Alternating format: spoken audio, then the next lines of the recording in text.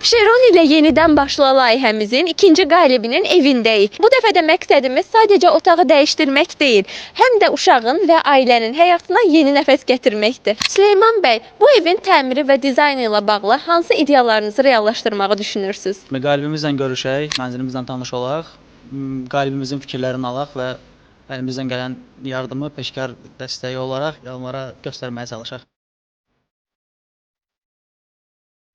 Sizi təbrik edirik. Artıq siz də layihəmizin qaliblərindən birisiniz və bu otaq çox yaxında, çox fərqli şəkildə dəyişəcək. Ümumiyyətlə qalib olduğunuzu eşidəndə nə hiss elədiniz, nə düşündünüz?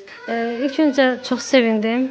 Müsabiqə zamanı da çox həyəcanlıydım və sonunda qalib olduğumu eşitdim və həqiqi çox sevindik hamımız. Cəmafər xanım, otağın kosmetik təmirində nələrin dəyişməsini istəyirsiniz? İlk öncə istəyərdim divar kağızları dəyişilsin, çünki həm artıq pis gündədir, həm də nəmişlikdən öz görünüşünü itiriblər. Tavan istəyərdim dəyişilsin, gördüyünüz kimi tavan da nəm prosesinin üstünə düşübdür və döşəməni istəyərdim dəyişilməni. Süleyman bəy, Cəmafər xanımın fikirlərini eşitdiniz. Bəs sizcə bu otaqda nələr etmək olar? Əslində xanım haqlıdır.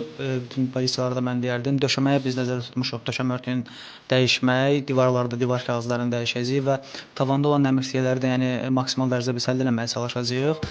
Və uşaq otağına açıqman uyğun görmürəm. Bu lepkalar deyir də bizim də moldingləri biz çıxarmaq nəzərdə tuturuq və uşaq otağına daha uyğun bir elementlər əlavə eləmək.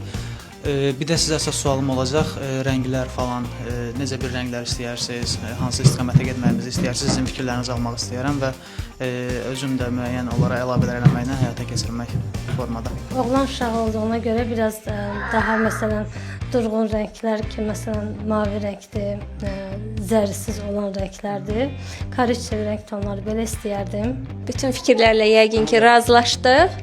Ortaq bir nəticəyə gəlib otağın hazır halını göstərəcəyik. Cəmafər xanım öz istəklərini bildirdi. Süleyman bəy isə öz ideyalarını bizimlə bölüşdü. İndi isə ən maraqlı mərhələyə keçid edirik.